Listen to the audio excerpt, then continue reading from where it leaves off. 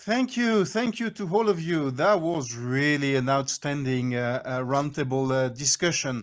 Christophe, do you have any kind of already kind of a short-term reactions to what you've been hearing during that discussion? In fact, I've prepared a synthesis, but I'm not sure that it will cover at least 10% of everything that was said. So to do such a reaction or synthesis after so much comment is not an easy one.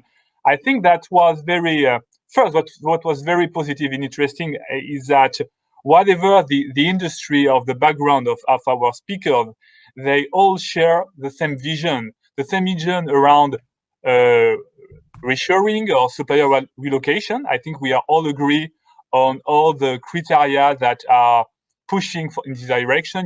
Market expectations, the footprint efficiency in terms of TCO, how to access to resource and capability. So why do we need to change? I think that we all agree on that. What was very interesting for me is the discussion around the execution, how to do that. And when Francois mentioned that it's a company initiative and not a procurement initiative, when we discuss so much about the change of mindset around the fact that we need to all agree, whatever, if we are sales, engineering, marketing, on a shared roadmap, that was very, very interesting. And I think that was also a very positive message for the young buyers right now. They will enter in a procurement activity with so much challenge, not only in cost optimization, but also in value creation. We are discussing about value creation for years, but I think right now all the examples that we had are very concrete and clear. I think that's very positive, not only for the company, but for the buyers, or the new buyers also. I don't know, Hervé, if it makes sense also based on all the analysis you made for your book, The Fifth Purchasing Generation. C'est pas 55 là. Yes, I think that's really a good spot on, because within our fifth generation purchasing book, we've got one of the work mode which is about collaboration and alliance, and the motto for this mode is I grow, you grow, we grow. And I think that's exactly a perfect timeline for this part of the conference. Now the question is how to get there. And I think I've got a few points I'd like to share with everybody now. The first point I think that's important is there is a practical path, between conservatism, staying with doing, keeping doing what we were doing in the past, and maybe some wild dreams we've been hearing about relocalizing, we're bringing back every activity to a certain place. And that path is very interesting because, yes, we can make a change. We can create some bold moves. Social and environmental progress are not economic burdens. If we really start to think in creative way, if we keep the mind opened, we will find solutions that can tick all the boxes. It's the end. It's a collective effort. It's a collective mindset. And there are many ways we can start to spark the first steps of this journey. And here, what's important is not just to have like proof of concept here and there, is really to have a beachhead strategy. So beachhead is really a military term.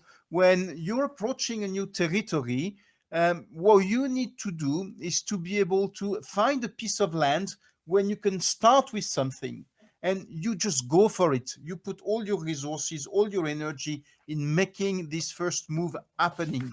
And from that, you can start showing around, convincing people, hey, we've been able to do it. Let's continue. Let's make some next move. Let's push things further.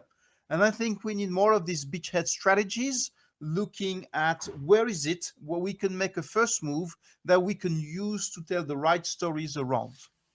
The second element that I think is important is the power.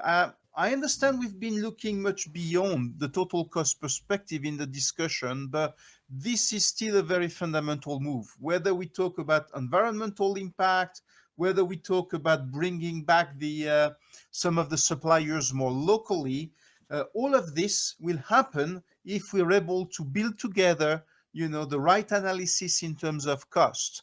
And I think that's really important. We do that together with people from the business. And now maybe to conclude on some of the last elements related to the top line and related to the ecosystem, I think it's fairly simple. You know, if we've got good suppliers who can deliver on time, on cost, and delivery, that's not 100%.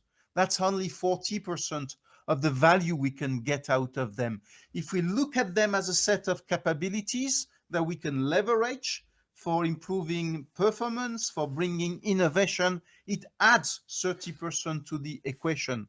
But that's still only 70%.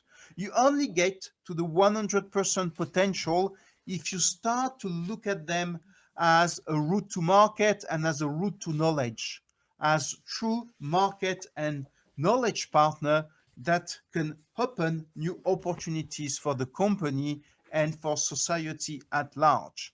And when you achieve this 100% potential, you also increase the satisfaction from your buyers from this 40% to this 100%, because trust and impact is so meaningful for them.